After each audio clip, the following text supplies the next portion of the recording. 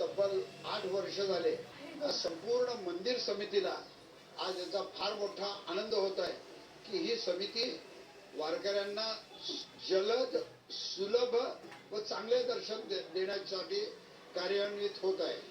दुसरी महत्वाची गोष्ट, जेव्हा आम्ही हे दर्शन देत आहोत, दर्शन देत असताना दर्शन भाडीतल्या लोकांना त्रास होणार नाही याची खबरदारी कशा पद्धतीत आपल्याला घेता येईल, काही त्रास होईल का, म्हणून आज मुद्दाम याची चाचणी ठेवलेली आहे, चाचणी।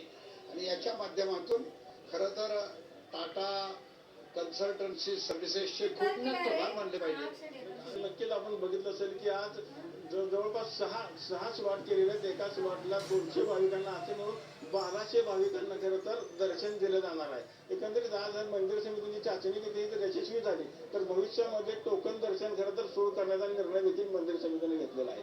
श्रुती, नक्कीच अपडेट्स घेत राहू। खूप धन्यवाद तुम्ही दिलेल्या संपूर्ण माहिती।